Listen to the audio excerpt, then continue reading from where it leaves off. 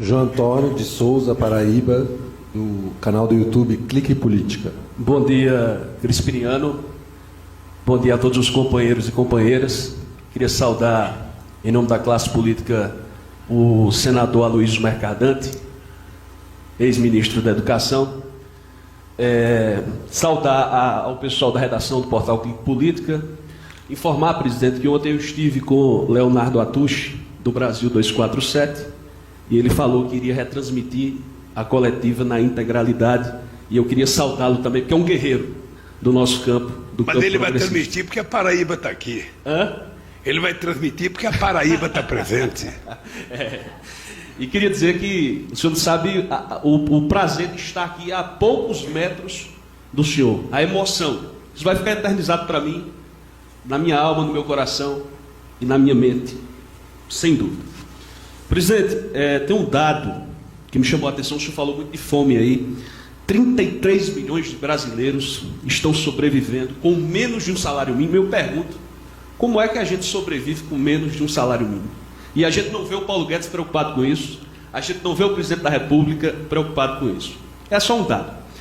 A minha pergunta é, o senhor tem uma grande força no Nordeste brasileiro. O povo do Nordeste lhe adora.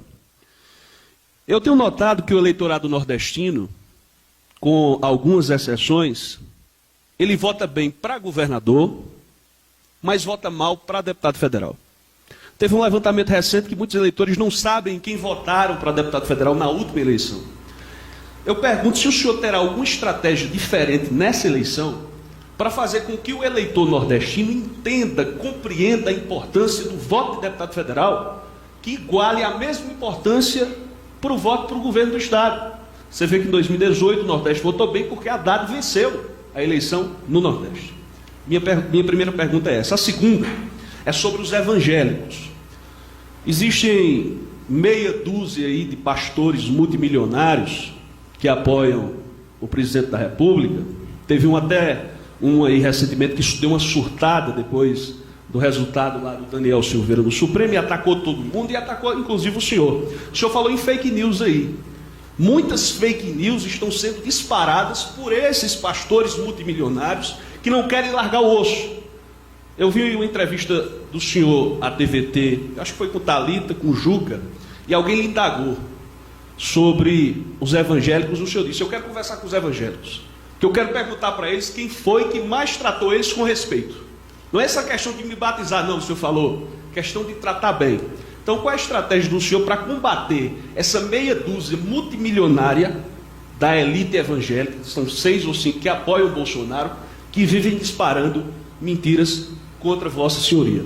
E para fechar, uma pergunta da Paraíba. O senhor lidera com folga todas as pesquisas na Paraíba.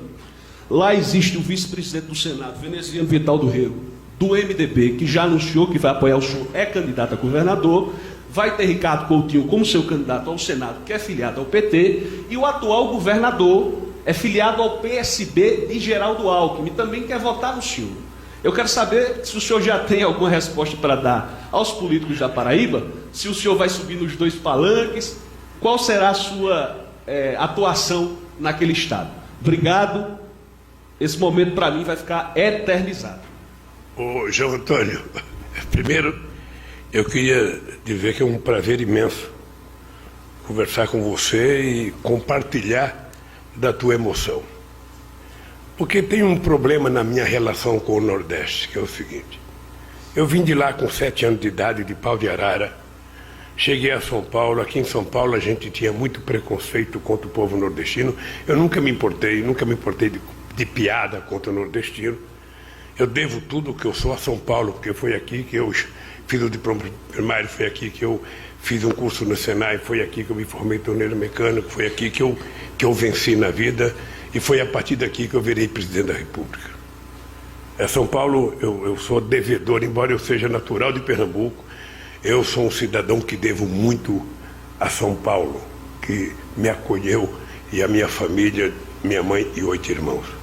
Eu nunca me conformava com a ideia do Nordeste aparecer na imprensa grande do Sul como o estado, a região que tinha mais analfabetos, a região que tinha mais evasão escolar, a região que tinha mais desnutrição infantil, a região que tinha menos pesquisadores, menos mestres, menos doutores, menos universidade.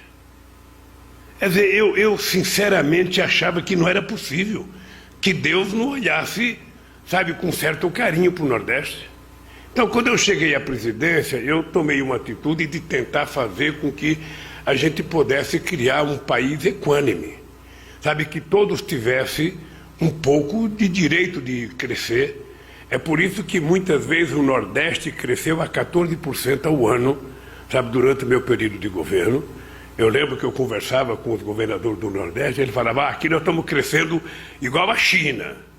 Sabe? É por isso que nós geramos muitos empregos no Nordeste, é por isso que nós levamos a transposição das águas do Rio São Francisco. Você sabe que a água do Rio São Francisco era uma coisa tentada desde Dom Pedro, desde 1846. Sabe? E não ia, porque em alguns momentos a Bahia dizia que o rio era dela, que não podia tirar água do rio, outro dia a Lagoa dizia que a água é dela, outro dia Sergipe, ou seja, o rio é nacional. Não era possível que os cristãos desse país negassem um pouco d'água ao semiárido nordestino. E quando nós tomamos a decisão, foi uma decisão difícil, tivemos que conversar com muita gente, conversar com milhares de pessoas por esse mundo afora, para fazer, sabe, a transposição. Obviamente que agora o atual governo diz que foi ele que fez, ou seja, na verdade o nosso governo fez 88%, o governo golpista fez 6%, e ele acho que fez 5% ou 6%. Mas ele disse que foi ele que levou a água do São Francisco, ou seja, e levar empresa para o Nordeste, levar a universidade para o Nordeste, sabe? Levar escolas técnicas para quase todo o Nordeste brasileiro, para muitas cidades, porque a ideia era não deixar a universidade ficar só na capital, era fazer com que campos da universidade se espalhassem pelo interior, para que as crianças mais pobres e mais do interior tivessem acesso à universidade. E nós conseguimos uma coisa extraordinária. Nós saímos de 3,5 milhões de estudantes na universidade para 8 milhões de estudantes na universidade. Nós saímos de 140 escolas técnicas para quase 500 escolas técnicas. Ou seja, nós fizemos uma pequena revolução nesse país com o ProUni, com o FIES, com o REUNI, sabe, garantindo que a oportunidade de estudo tem que ser para todo mundo. Bem, então, essa paixão que eu tinha de fazer com que o Nordeste, o Centro-Oeste, sabe, e o Norte tivesse a mesma igualdade, o mesmo tratamento, e somente o governo pode fazer isso. Eu não defendo o governo empresarial, sabe, o governo que manda em tudo. Eu defendo o governo que tem a força para induzir o desenvolvimento em função das necessidades de cada região. Porque nesse país você não pode pensar num desenvolvimento centralizado sem discutir antes o desenvolvimento regional. O que a região Norte pode produzir, o que a região Sudeste pode produzir, o que o Nordeste pode produzir. É assim que a gente tem que pensar o modelo de desenvolvimento desse país. É por isso que a gente começou a fazer a Transnordestina, que ainda não acabou, por 500 empecilhos que se criaram. É por isso que a gente levou siderúrgica para Fortaleza. Nós fomos na Coreia convencer os coreanos de fazer uma siderúrgica lá. Nós fomos buscar a Fiat para Pernambuco, sabe? Nós fomos fazer com que as coisas acontecessem nesse país, sabe? De forma equânime, porque senão vinha tudo para São Paulo, porque São Paulo tem mais gente, tem mais poder aquisitivo, tem mais mão de obra qualificada. Então era preciso descentralizar as oportunidades nesse país. E nós fizemos. E agora eu vou entrar na sua pergunta. Primeiro, a questão de deputados. Você disse uma coisa muito séria. Nessa campanha, eu vou dar mais importância à questão de deputado do que à própria campanha presidencial. Não adianta votar num presidente da República se não votar numa quantidade de deputados que pensam, sabe, ideologicamente igual o presidente para fazer as mudanças que necessita. Qualquer presidente eleito hoje, com o orçamento secreto, terá muita dificuldade de governar esse país. Eu não sei se vocês estão percebendo, nunca antes na história do país teve um presidente tão rastejante diante do Congresso Nacional do que o Bolsonaro.